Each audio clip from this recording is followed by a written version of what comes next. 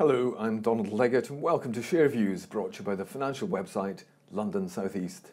Today I'm joined by Arthur Millholland, President and CEO of Canadian Overseas Petroleum Limited, perhaps better known to you as COPL, an oil and gas exploration and development company with interests in Nigeria and Mozambique. Arthur is here today to update us on progress and the outlook for 2019. Welcome, Arthur. Oh, thank you very much for having me, Donald. It's been 5 months since we've seen you. Have you been busy since then? Absolutely, extremely busy. Yes, and you've dealt with an oil price which was falling and now seems to have stabilised again. Yeah, that's right. Over this period of time, as people know, that oil prices dropped, almost hit 40% drop for one time, until it came back up again, and that's right in the middle when we're looking at doing a project financing for an offshore development project, and couldn't come at a worse time. But things have come back up and stabilized. And yeah, it's tough being an oil man, isn't it? A lot tougher than it used to be. Oh, there you go. So let's sum up what progress you've made in 2018 and what can we look forward to in 2019.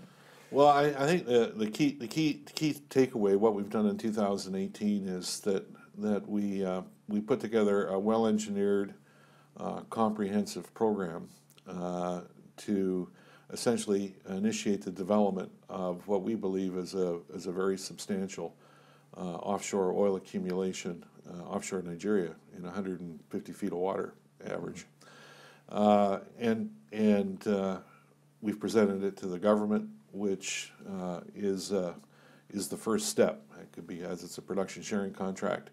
The concessionaire, which is the national oil company, has to approve the program, even though that they don't have a financial interest in it other than the collector royalties and taxes. Right, so they've got to sign it off. Correct.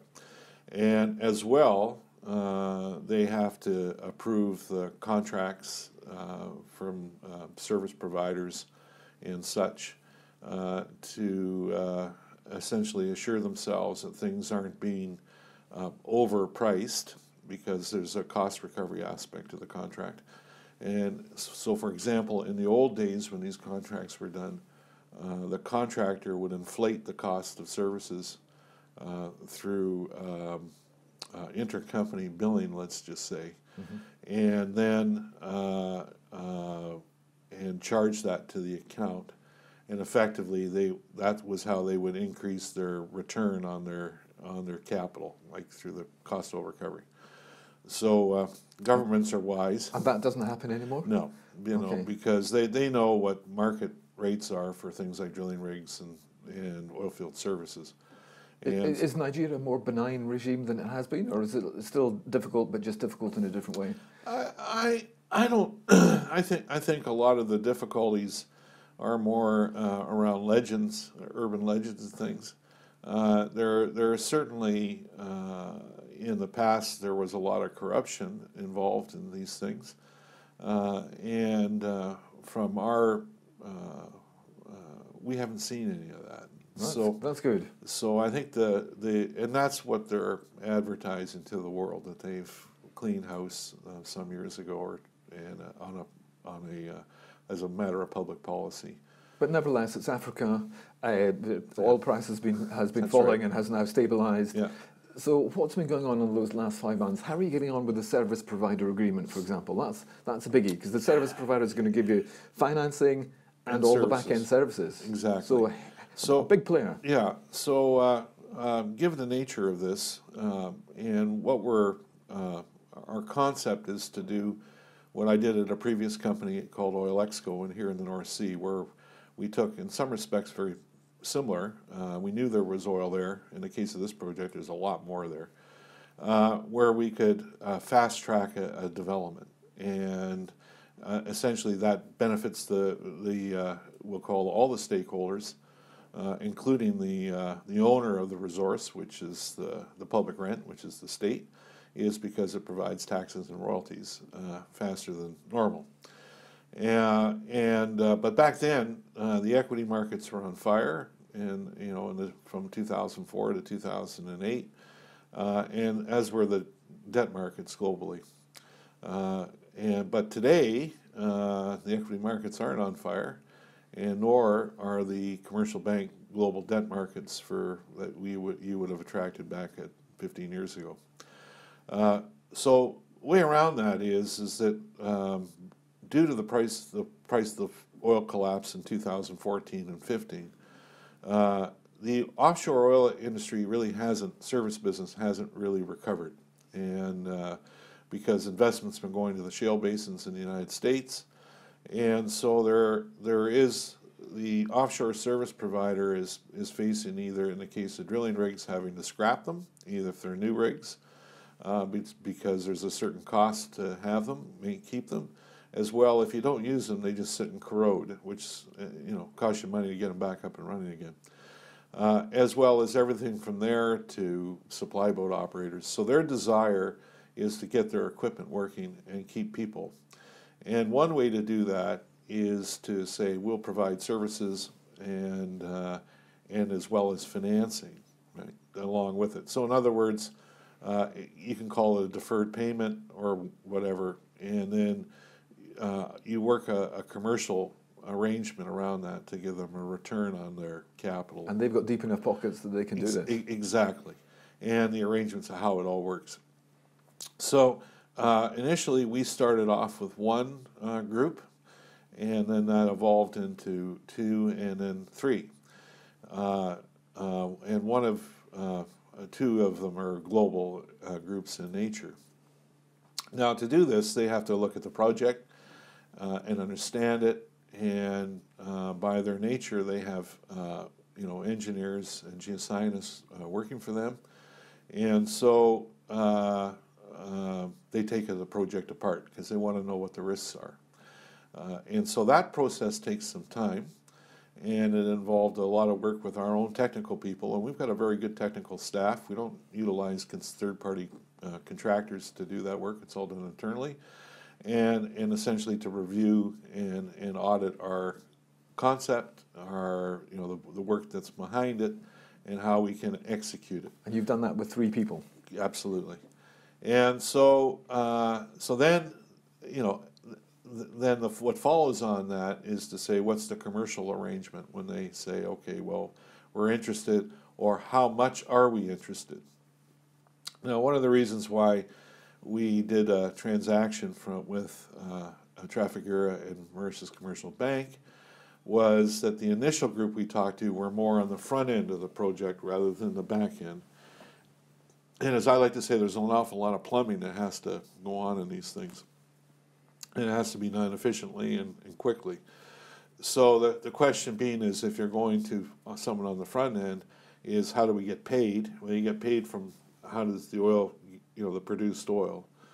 And then you say, well, how are you going to produce that? Because we don't do that work. How are you going to finance that part of the project? So that's why we did the deal with Trafigura first. So we could go to them and say, we've got financing arranged for the back end of the project, subject to the front end of the project, getting financed and a well production test, right? So you'll need both sources of funding. Absolutely. Okay. And what it does is it keeps people honest. Now, the other side of it, we're looking... or it stops them being dishonest, That's anyway. Right. And so the other side of it is we're also looking to build relationships. Mm-hmm. So in the case of Trafigura, who's the world's second largest commodity trader, mm-hmm. Their interest is looking for a long-term relationship with someone like us where they can get access to oil to trade, and also provide ongoing finance. And so this would be, we'll call phase 1, we hope, of a long-standing relationship with Trafigura. Mm-hmm. And MCB comes along with them. In other words, they work together on projects and resource projects in Africa, both mining and oil and gas. So, and how much further? What else do you have to do to satisfy them? How close are you to? Oh, for the stamp where we are now is just to get all the conditions precedent ticked off, right? So, yes. So in other words, some of those conditions are quite challenging, though, aren't they? Yeah, yes and no. 20 million to come from Shorecan. Well, and that would be jointly with ourselves and Shoreline. Yes. Is the 20 million would be an equity. Is that an issue? Do you have that? Well, and again, it's. When people say an equity contribution, they think that means that we go out and and sell $20 million worth of equity. No, that's certainly not the case at all. It like any other loan, think of it, it's a loan, so it's a debt to equity ratio. So rarely in the resource business do commercial lenders finance things 100% on debt. They look at there's an equity component to it, which means either contributed capital over time. You know, is you say, well, I've spent this on this project to get it here, and that would count as that a portion, you know, would count as that equity component. So you're absolutely fine with that. You know how to deal with that. Yes, yeah, we do, and that's you know, certainly to those that don't understand is easy to get people get confused and say, well, he doesn't. You know, they can't do it because they got to come up with this. Well, the questions that the retail shareholders do ask is, one, this seems like a very complicated deal. Yeah. Which, let's face it, it's big, yeah, and does appear quite complex. Yeah. And two, delays. Yeah. So there you go. Let me ask you that straight question. Complicated, lots of delays. Yeah. So let's look at it on the scale of complexity first, and then we'll look at delays. The complexity of this is from a technical perspective. In other words, we'll call a project execution perspective. We think we've come up with a very simple and straightforward solution that's not exotic. It's on tried and true engineering practices. Okay. And there's a lot of oil you're playing for here. How much oil are you trying to dig out? So right now, this is a license. It's called an OPL. It's called an oil prospecting license. Mm-hmm. And once we show 10,000 barrels of productive capacity a day, and that could be through a flow test of one or several wells, is the law. Petroleum law in Nigeria allows you to apply for what they call an OML, or conversion to an oil mining license. In other words, that's a production license. So what we're doing here is, and those processes can take some time. So what we've done is, rather than the traditional way, which is you go out and just drill a bunch of wells and then conceptually put the idea together and then go to them, which could take a couple of years, we've actually gone and said, we know what we believe is what's here and how large this is. And here's a plan how we can exploit it in steps, okay? And so you start off with a node here, and then on the mining license you go to another node, and then you think ramp it up. You think you're going to get 10,000 barrels in your just out of this one area, just out of your first, but you're going to get that from your first well. Yeah, 6,000 to 10,000 barrels a day from a first horizontal well. Yeah. So how much in total?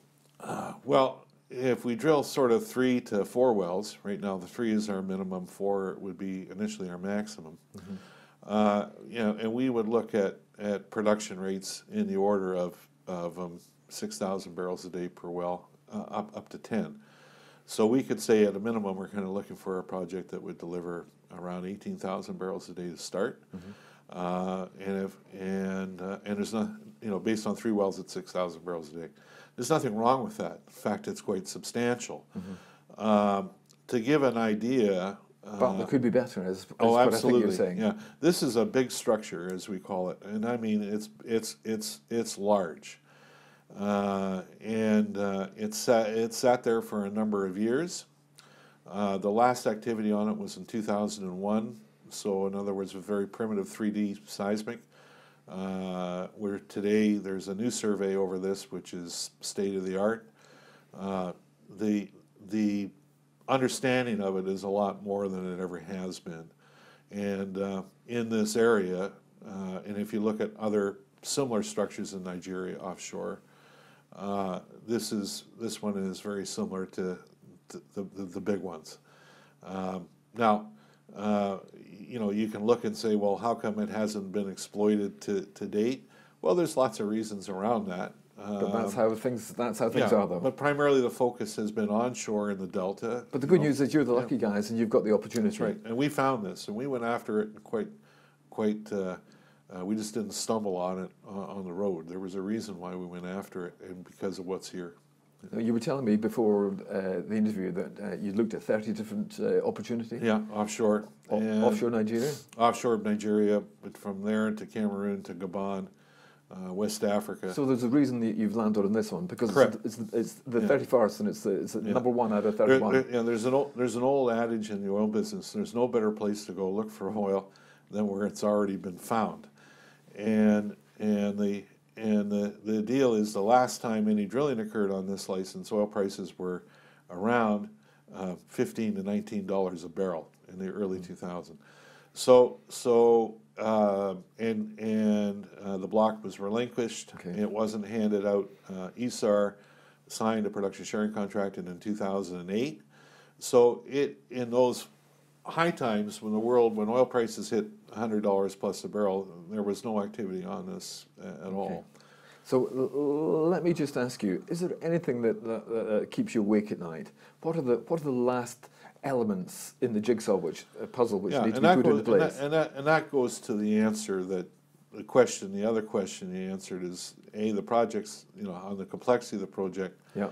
And of course, the financing package that we're looking to get in place for it.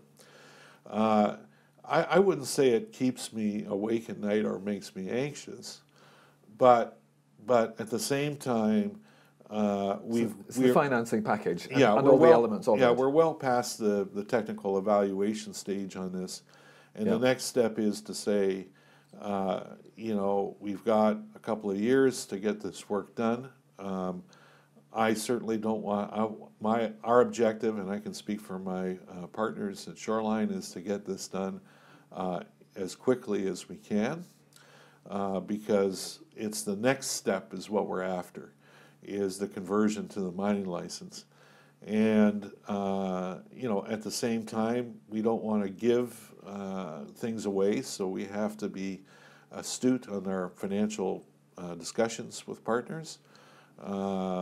There's nothing like deadlines. So when are you hoping to actually start to drill? We're hoping now. There's drilling rigs available in offshore around Nigeria with the people that you're talking to. Yeah, and so we've identified rigs there. Our drilling people have our person.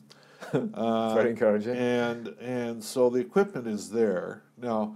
What happens is, because it's offshore, it's much different than land. If you move a land drilling rig, you hire a bunch of trucks and you move it. Offshore, you've got to have logistics that support it and everything else. And if there's one piece out of that puzzle missing, everything has to be delayed until it's like moving a navy, okay, or an armada.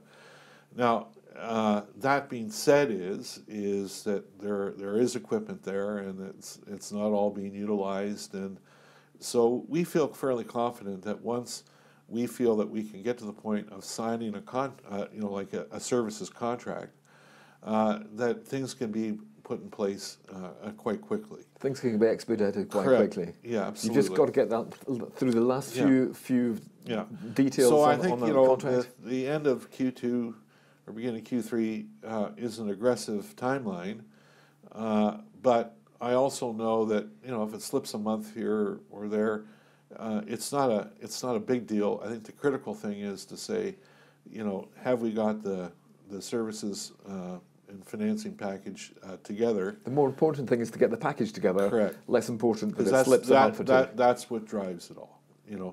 That makes a lot of sense. Yeah, thank you. And there are certain items that you need that require you have to order that may not be in inventory, like wellheads and things. But what our people we have with us, a drilling engineer. We have our own drilling engineer on staff.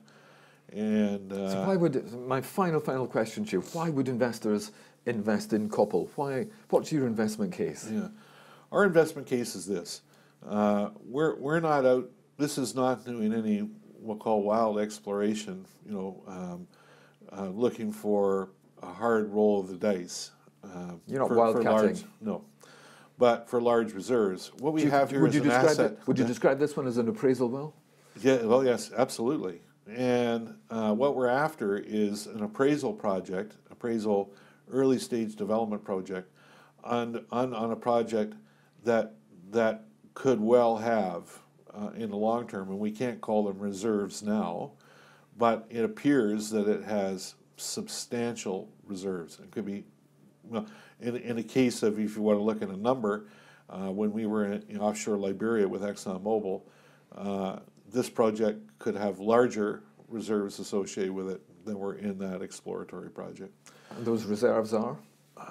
Well, right now they're not reserves, but they're resources. Sorry. So those resources just, are? Yeah, so just in this area that we're working in locally, our third-party evaluator says there's right now 16 million barrels of we'll call 2C contingent resources. And they will switch to proved and probable when a license is granted or a permit is granted to drill a horizontal well right beside the discovery well, which our plan is, and a method to produce the oil or export it, to offtake it. And then if we go up from radiuses around that into other things, there's a further 275 million barrels, they believe, just in this immediate area. And that people can find that on our disclosure. Like, in other words, it's Netherlands Sewell's numbers, they're not ours. But that's only considering one reservoir being oil bearing, and we believe there's several. So our internal number is substantially higher, and on structures of this magnitude, once you start going poking holes in it away from where you are, you tend to find that there's a lot more hydrocarbon there than you initially thought. There is an awful lot of natural, we'll call non-associated natural gas in this structure, on the shallow horizons. We can see that on seismic. We can also, we've calibrated the data, and we also believe that we can map where the oil is on seismic, and we can know where the water is. Arthur Millholland, it's been a real pleasure speaking to you. So I hope I answered your question there. You have answered many of my questions. Yeah. Thank you very much indeed for joining us today. Yeah. I thank you to Arthur, and if you enjoyed this interview then and you'd like to see more interviews like this one, please subscribe to the London South East YouTube channel. Thank you for joining us today.